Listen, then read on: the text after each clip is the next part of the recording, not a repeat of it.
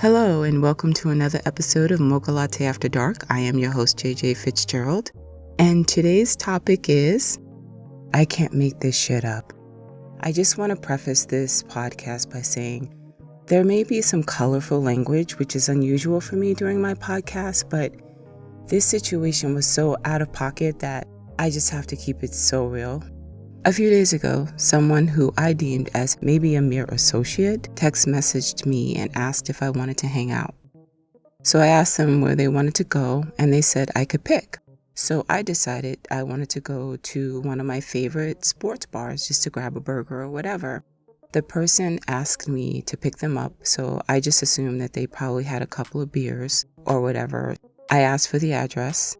Let me just provide a little bit of the backstory here.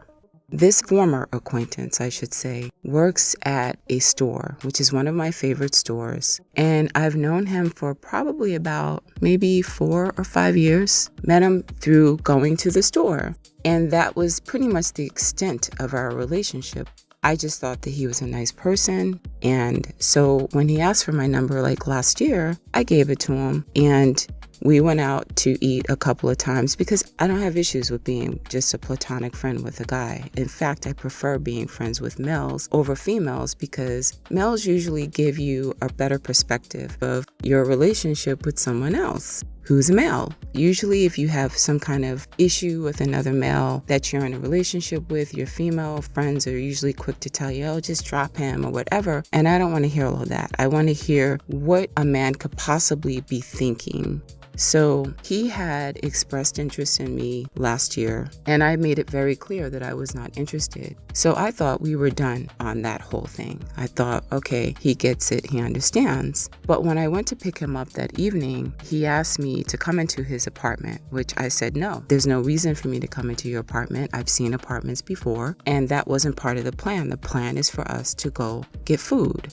So at that point, I kind of thought, oh my gosh, like, does this guy still have interest in me romantically? And instead of listening to my inner voice, I just stuck around. And to be quite honest with you, I was completely bored that evening, which is a rarity for me. But anyway, after going back and forth with him, telling him that I wasn't going to come into his apartment, he finally said, okay, I'm going to come out. He comes out, gets in my car. Now, let me just say, when he got in the car, I asked him if he was married because someone at the store that he works told me that he was. And I had asked him this before, if he was married. And not because I was interested in him, but just because I don't want to be hanging out with some married guy, even if it is platonic. He told me no.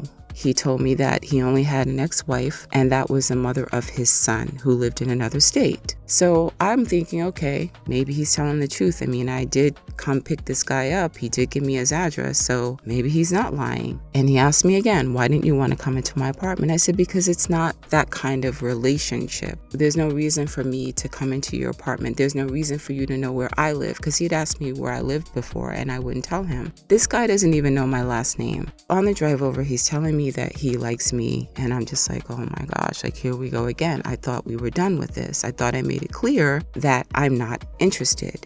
So with all the badgering, I just decided after this evening, I'm never seeing this guy again, at least not outside of the store that I patronize. So we get to the restaurant. I order my food. I'm indulging. He doesn't eat anything. He's just on his phone or whatever. After I ate my food, I went to the restroom, and as I was coming back from the restroom, he was on his phone, and as soon as he saw me, he hung up immediately. So from that, I knew something was amiss. I didn't say anything when I got back to the table. We left, drove back to his place, and during the drive, he was badgering me again about being in a relationship with him and yada, yada, yada. And once again, I explained that I wasn't interested. Because one thing with me, I don't like to lead people on. I don't like to give people false hope. I like to let them know this is what it is. Either I like you or I don't. I don't play games with people's heads. So when we get back to his place, he had me pull up like further from his apartment building. So as he's about to get out of the car, I notice a woman outside of my door, and she pulled my door handle. Thank God my door was locked. And I'm thinking, is she looking for an Uber or a Lyft? But then I'm like, no, why would she be trying to come in the driver's side of the car if she was. So I turned to him and I'm like, do you know her? And he looks at me as if he'd never seen this woman a day in his life. Then he says, my cousin. So I roll the window down and she's like, that's my husband. And I'm just like, what? So I was like, I didn't do anything with this guy. Like, we just went to get some food. I had no idea he had a wife. And he tells me, just drive off, just drive off. And he gets out of the car. He says something to her in his language and moseys off into his apartment and leaves me out there and her out there. So she starts taking pictures of my license plate. She takes pictures of me. She gets in front of my car and tells me that I'm not leaving because she's calling the police. I just sat there because I said, if I leave, she could say that I assaulted her. She can go and beat herself up and make up some grandiose story. And I just was like, no, I'm not about that. So I sat there calmly. I videotaped her in front of my car. She was calm and cool as a cucumber. So that led me to believe that this has happened before, only this was probably the first time that she called the police. She gets on the phone, he's telling them my husband was with another woman and yada, yada, yada. And she was on the phone for about maybe 10 or 15 minutes, giving them all the details. So after she was done, I rolled my window down again and I was just talking to her and she's like, I don't have a problem with you, sister. I have a problem with him. But I'm thinking, okay, if you have a problem with him, then why am I sitting here waiting for the police to come? But whatever. So she started asking me how long I've known him. I told her. She asked me where I met him. I told her. She asked me if I worked with him. I told her I do not. I'm a customer. She asked me how long we had been out together that evening. And I told her it was probably an hour and 15 minutes, hour and a half. And I told her that he never told me that he had a wife.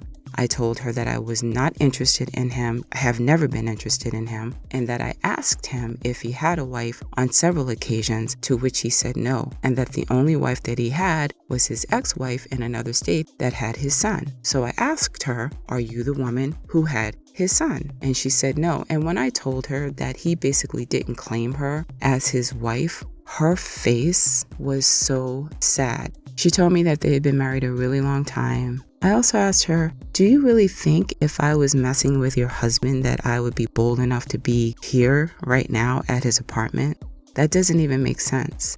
So she asked me if he'd ever been to my house. I told her he's never been to my house. He doesn't even know my address because I never gave it to him because I didn't feel like our relationship warranted that. And it was freezing outside. So at one point I even said to her, like, how long are they gonna take to come, the police? And she said she didn't know. And I said, well, you can come sit in my car because it's warm in here, like it's freezing out there. And she declined the offer. 30 or 45 minutes go by and the police finally arrive.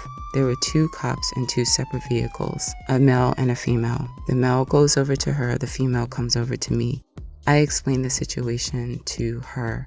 He was basically trying to get me to be involved with him. I had no idea he was married and that I wasn't interested. So the female cop said, I'll tell the male cop what you said. She was very nice. Both of them are very nice. So then the male cop is done talking to the wife and he comes over and the female cop tells him what I told her. So then he shines a light in my car and he's like, okay, like she just told me what's going on. So he wanted to hear from me. So I told him, basically reiterated what I told her. He's like, there's nothing that we can do. This isn't a police matter. And I don't even know why she called us. And he said, I need to know why she thought it was okay to basically keep you from leaving. That's the real question here. So he asked me for my name and I said, is this going to go into some kind of file or something? Because like, I don't like drama. And he's like, no, it's just, on my notes, just your first name. And she's not going to have access to it. And she's not going to be able to get anything from your license plate number, which I don't know if that's true. So I gave him my first name. And he says, you're free to go. So as I was leaving, I just said, have a great evening. I was just in complete disbelief. And I said to myself, this is why I stay my ass home. Even though I was so calm at that moment, the next day I was livid because number one, I felt like I was angry at myself because I believed that this person was a nice guy and he fooled me. So I started questioning my judge of character. Although my inner voice, and not only my inner voice, but my daughter said to me before I went out, I don't feel right about this. I don't think you should go. But my boredom superseded everything. But then I say to myself, maybe I needed to go so that I would know that this guy was actually married. I was also livid because of the way he left the scene. It was just so classless and so disgusting, and just showed me that he has no regard for anybody and is probably a narcissist. So as the days went on, I got more and more angry, and people were asking me, are you going to confront him? Are you going to go up to the store? And I said, if I go to the store and he speaks to me, yes, I will say something, but I will not initiate it. Well, honey, 2 days ago, I couldn't hold myself together anymore, and I went to the store and I sought him out. And I didn't find him the first go around the store, and then I saw him. And I didn't really think about what I was going to say. I just snuck up behind him. When I first walked up on him and I said, thanks for the other night, he started laughing. And I said, you think this is funny? You think this is funny? And I think it was just a nervous laughter, because I don't think he was anticipating for me to come and confront him, especially being that it had been a few days. And I did that intentionally. I wanted to wait until he was comfortable, because I'm sure the day after he was probably on pins and needles thinking, she's going to come to my job. So I gave him a few days to just relax, because my dad always taught me that if you're going to confront someone, you do it when they least expect it, and then you make your move. So that was what I did. And I basically said it was really fucked up what he did, and he's a liar. And he tried to say, well, you know, you don't know the story. And I'm like, it doesn't matter what the story is. You lied, and you put me in a compromising position, and you just left. I told him that I thought he was a nice guy, but he's trash. And the interesting thing is, the musical choice when this was all happening was Aretha Franklin. It wasn't Respect, though. That would have been perfect. But there was an Aretha Franklin song playing, and I said, how apropos. Anyway, I digress. So he looked very nervous, and he kept looking around because people could hear me, and they were looking back, and a couple of those people were his coworkers, customers, and he looked really embarrassed. He apologized, and I told him to lose my number. I told him that if he ever calls me or texts me again, I'm going to call the police like his wife did to me. And I said, are you clear? And he said yes. So after I did that, I felt better. And I was actually going to record this podcast like a day after, but I was so angry and I was full of expletives that I just decided not to, because my language, yeah. So I'm glad I waited. But anyway, thank you for listening to another episode of Mocha Latte After Dark. I am your host, JJ Fitzgerald. And as always, be true.